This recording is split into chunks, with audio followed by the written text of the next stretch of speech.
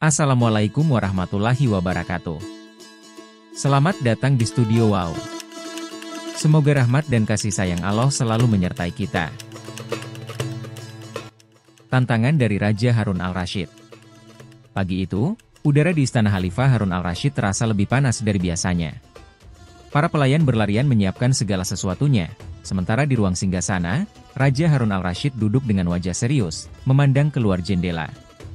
Kejadian-kejadian besar di dunia Islam tidak pernah berhenti mengalir, dan sebagai penguasa Abbasiyah, ia merasa bertanggung jawab untuk selalu menguji kebijaksanaan dan kecerdikan para ulama yang datang dari berbagai penjuru. Hari itu, Harun al-Rasyid merasa sangat tertarik untuk menguji salah satu ulama yang dikenal di seluruh kerajaan, yaitu Abu Nawas, seorang sufi yang cerdik, terkenal dengan kebijaksanaannya yang tak jarang mengejutkan banyak orang. Abu Nawas bukanlah ulama biasa. Ia dikenal dengan kecerdikannya dalam menjawab berbagai pertanyaan sulit, tak jarang dengan cara yang tidak terduga. Orang-orang di istana mengagumi kemampuannya untuk memecahkan masalah dengan cara yang penuh hikmah, dan banyak yang percaya bahwa ia memiliki pemahaman yang mendalam tentang kehidupan dan Tuhan.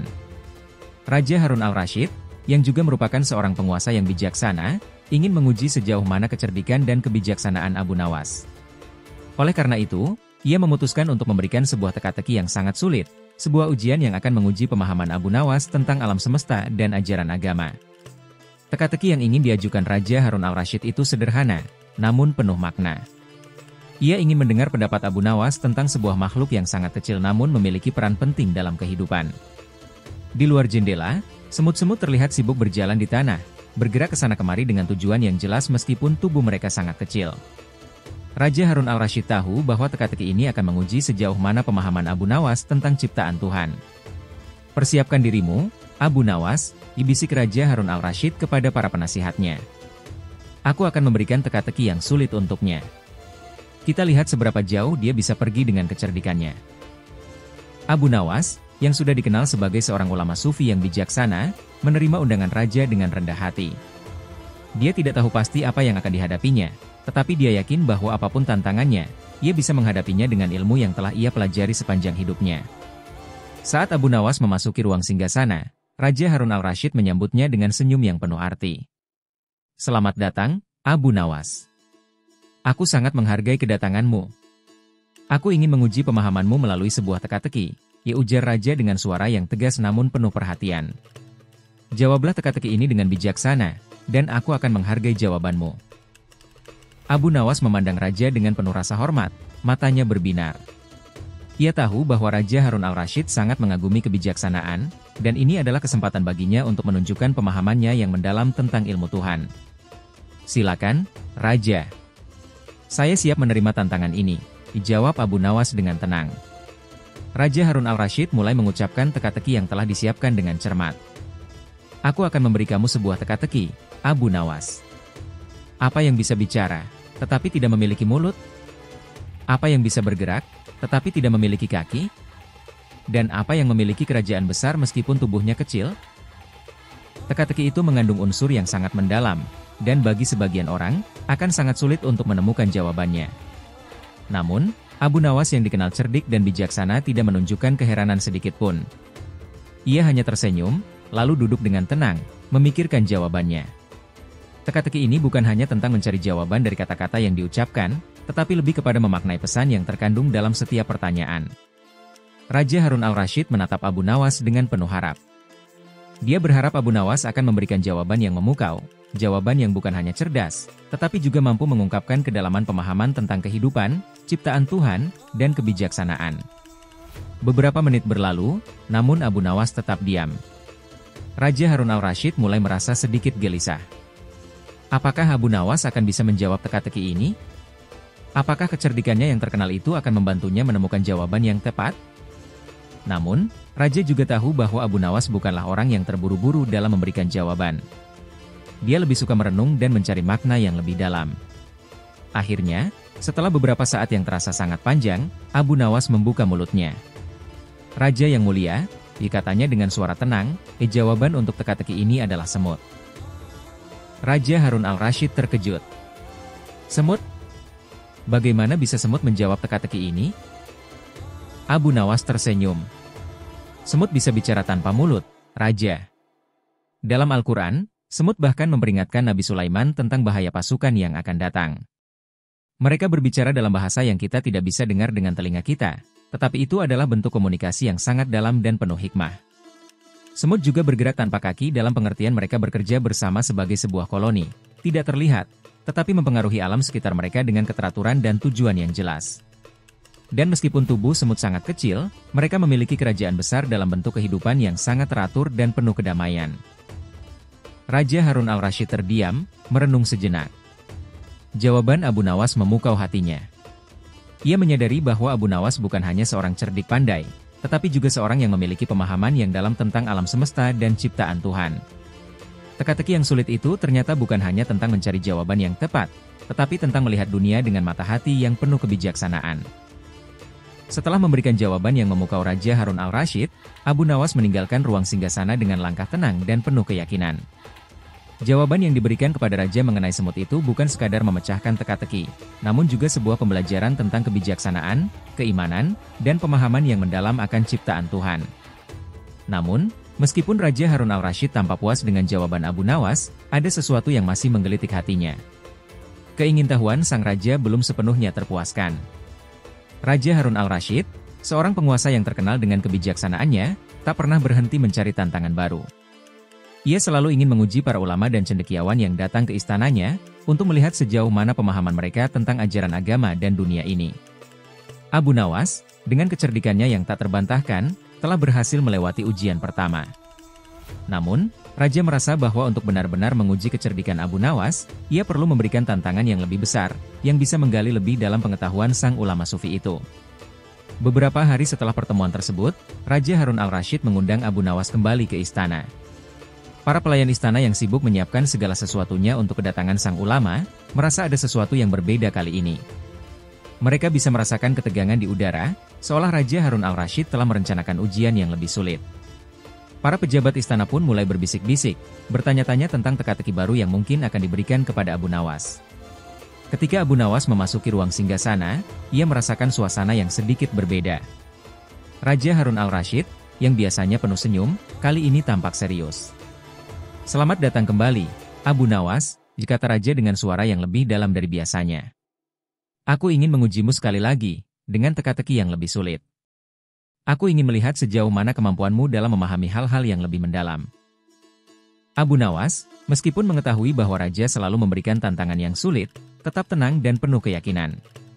Ia merasa bahwa setiap ujian adalah kesempatan untuk belajar lebih banyak, tidak hanya untuk dirinya sendiri, tetapi juga untuk orang-orang yang mendengarkan jawabannya.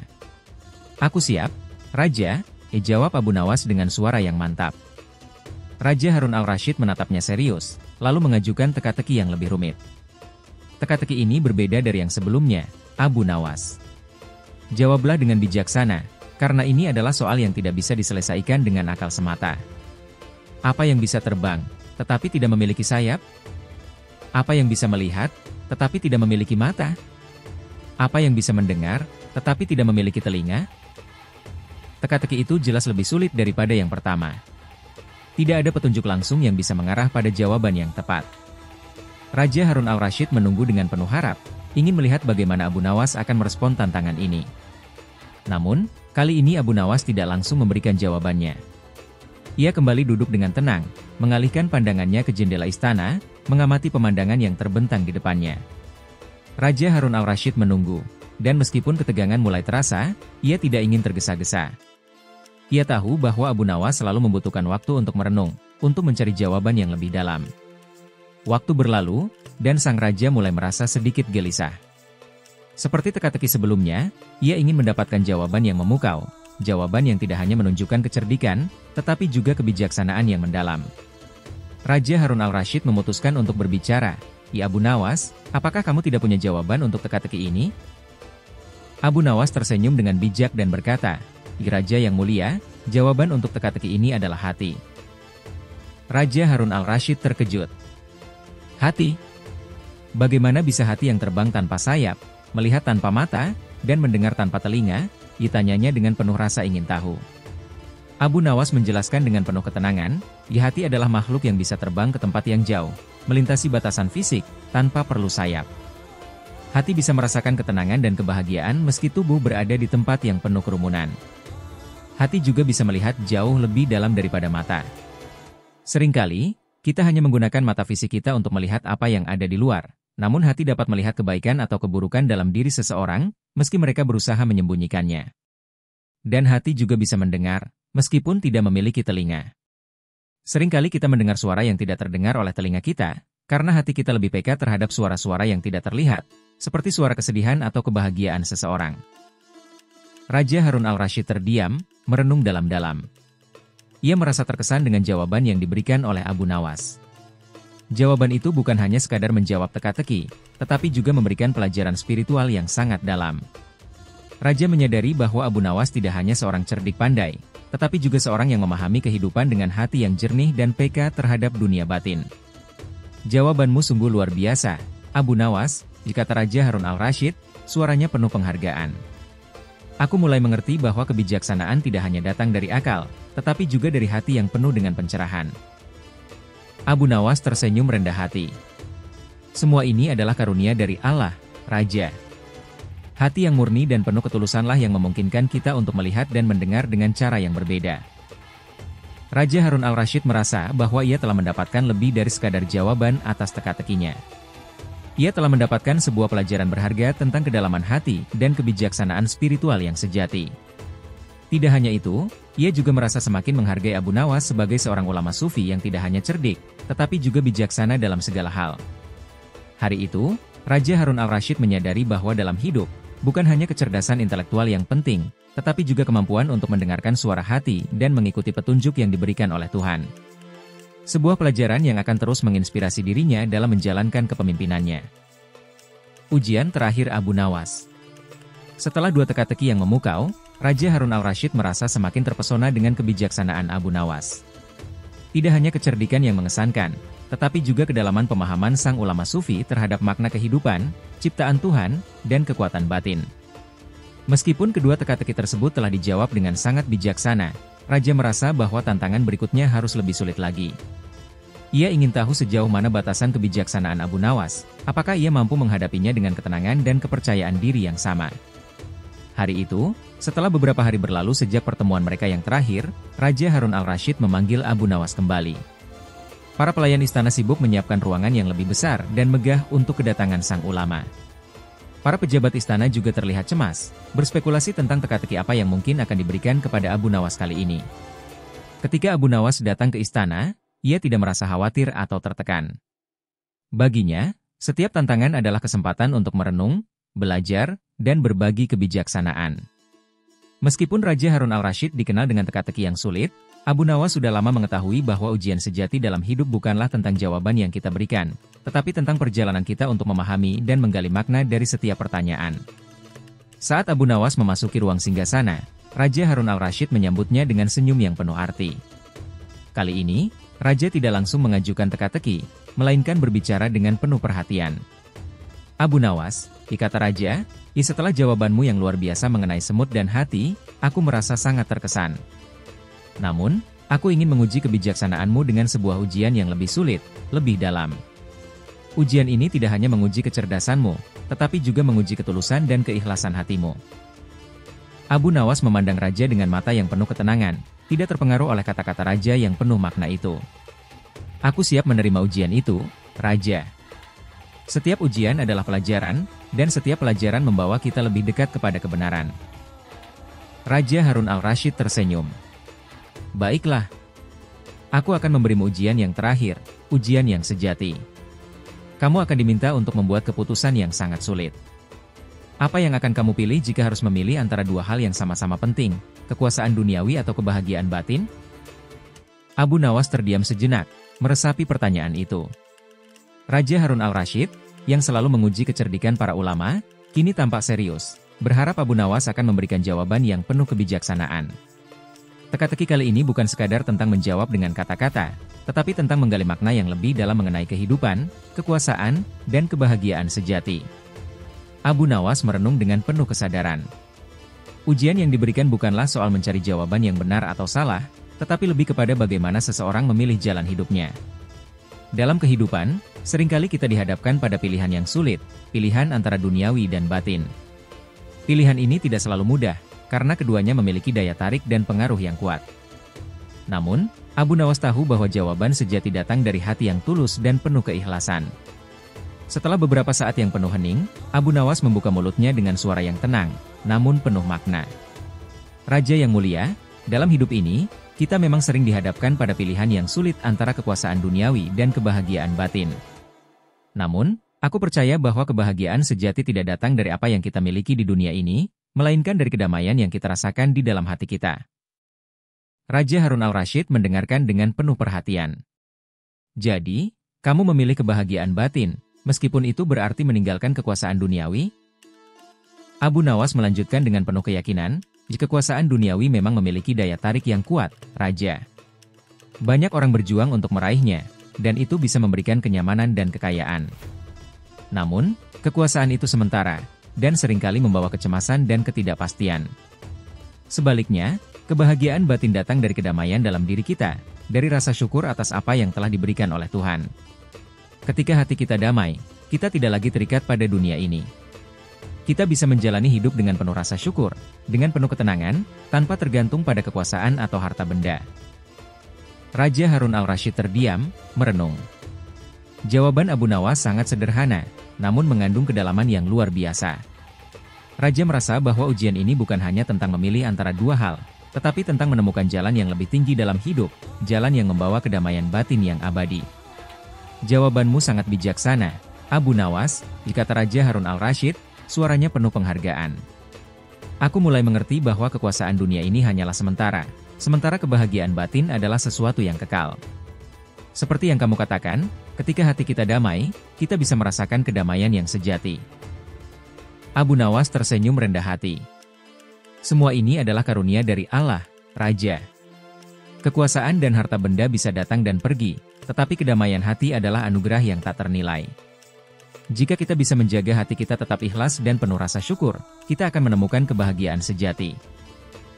Raja Harun al-Rasyid merasa sangat terkesan dengan jawaban Abu Nawas. Ia menyadari bahwa dalam hidup ini, tidak ada yang lebih penting daripada kedamaian batin. Meskipun dunia ini penuh dengan godaan dan pencapaian duniawi, kebahagiaan sejati terletak dalam hati yang penuh rasa syukur dan ikhlas kepada Tuhan. Hari itu, Raja Harun al-Rasyid menyadari bahwa ujian yang diberikan kepada Abu Nawas bukan hanya untuk menguji kebijaksanaan, tetapi untuk mengingatkan dirinya sendiri tentang pentingnya menjaga kedamaian hati dan tidak terperangkap dalam keinginan duniawi. Sebuah pelajaran yang akan terus menginspirasi dirinya dalam menjalani kehidupan sebagai seorang penguasa dan sebagai seorang hamba Tuhan. Pencarian hakiki Abu Nawas. Setelah memberikan jawaban bijaksana mengenai pilihan antara kekuasaan duniawi dan kebahagiaan batin, Abu Nawas meninggalkan istana Raja Harun al-Rasyid dengan perasaan yang tenang.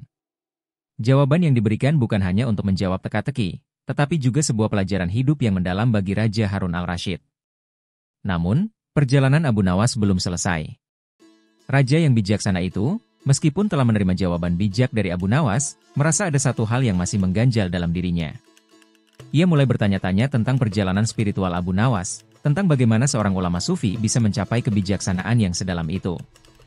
Raja Harun al-Rasyid merasa bahwa kebijaksanaan yang dimiliki oleh Abu Nawas tidak hanya datang dari akal, tetapi juga dari pencarian spiritual yang jauh lebih dalam.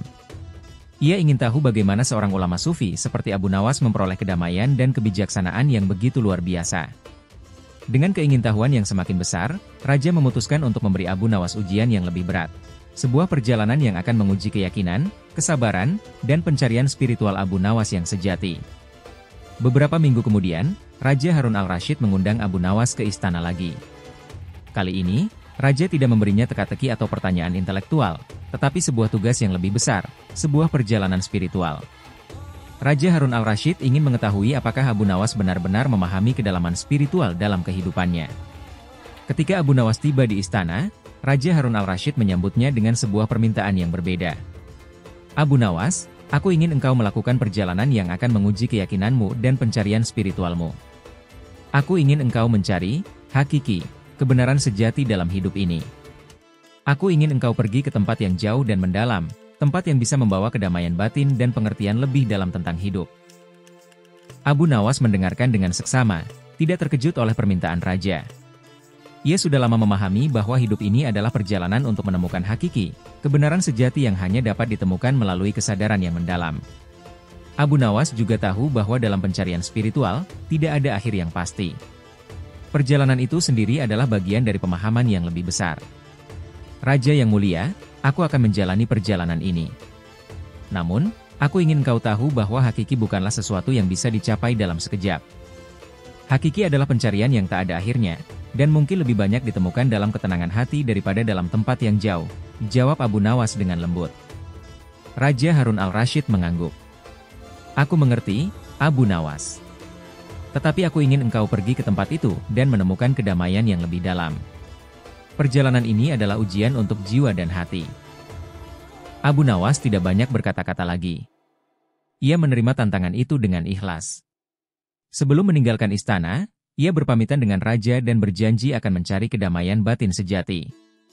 Raja Harun al-Rasyid, meskipun masih merasa cemas, berharap bahwa perjalanan ini akan memberikan pencerahan yang lebih dalam kepada Abu Nawas, sekaligus menguatkan keyakinannya pada hakiki yang sejati. Perjalanan dimulai. Abu Nawas memulai perjalanannya ke sebuah tempat yang jauh, terletak di pegunungan yang tinggi dan terpencil. Banyak orang yang telah mencoba untuk mencari kedamaian di sana, tetapi hanya sedikit yang bisa bertahan. Tempat itu dikenal dengan nama Gua Cahaya, di sebuah tempat yang dipercaya oleh beberapa orang sebagai tempat di mana seseorang bisa menemukan kebenaran batin yang sejati. Perjalanan itu tidak mudah. Abu Nawas harus melewati medan yang terjal dan penuh tantangan. Berhari-hari ia berjalan melewati hutan, sungai, dan gunung yang menantang, namun hatinya tetap tenang. Ia tahu bahwa pencarian hakiki tidak selalu mulus, kadang harus ditempuh dengan usaha keras dan kesabaran. Di tengah perjalanan, ia bertemu dengan seorang petapa tua yang hidup di dalam gua. Petapa itu tampak seperti orang yang telah lama meninggalkan kehidupan duniawi. Wajahnya berseri-seri, tetapi matanya memancarkan kedamaian yang tak tergoyahkan. Petapa itu menyambut Abu Nawas dengan senyum bijak. Engkau datang untuk mencari kedamaian batin, wahai anak muda? Tanya petapa itu. Abu Nawas mengangguk. Aku sedang mencari hakiki, kebenaran sejati dalam hidup ini. Raja Harun al-Rasyid memintaku untuk melakukan perjalanan ini, dan aku ingin menemukan kedamaian batin yang lebih dalam. Petapa itu mengamati Abu Nawas dengan penuh perhatian. Perjalananmu ini adalah perjalanan yang sangat panjang, wahai anak muda. Tetapi ingatlah, pencarian hakiki bukan hanya tentang mencari di luar sana, tetapi juga tentang mencari dalam diri sendiri. Hakiki tidak terletak pada tempat atau tujuan tertentu, tetapi ada dalam hati setiap insan yang bersedia untuk merenung dan melihat dengan mata batin. Kata-kata petapa itu menggema dalam hati Abu Nawas. Ia merasa bahwa ini adalah pesan yang sangat penting. Ia berterima kasih kepada petapa itu atas nasihatnya dan melanjutkan perjalanan. Ketenangan dalam keheningan.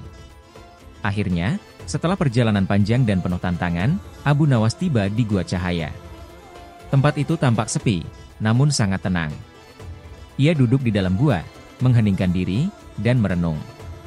Selama berhari-hari, Abu Nawas tidak berbicara, tidak melakukan apapun selain menenangkan pikirannya.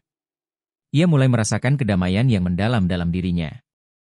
Dalam keheningan itu, ia menyadari bahwa hakiki yang dicari tidak terletak pada pencapaian atau kekayaan dunia, tetapi pada ketenangan batin yang datang dari pengabdian sepenuh hati kepada Tuhan.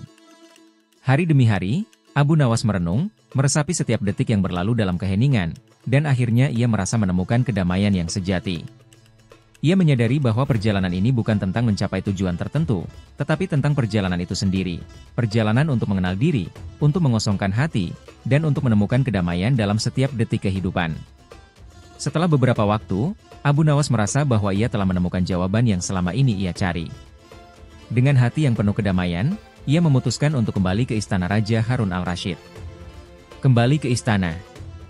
Setelah kembali ke istana, Abu Nawas bertemu dengan Raja Harun al-Rasyid. Raja menatapnya dengan rasa ingin tahu. Abu Nawas, apakah engkau menemukan apa yang engkau cari dalam perjalananmu? Abu Nawas tersenyum bijak. Aku telah menemukan bahwa hakiki itu ada di dalam diri kita, Raja. Kedamaian sejati tidak datang dari tempat yang jauh, tetapi dari hati yang tenang.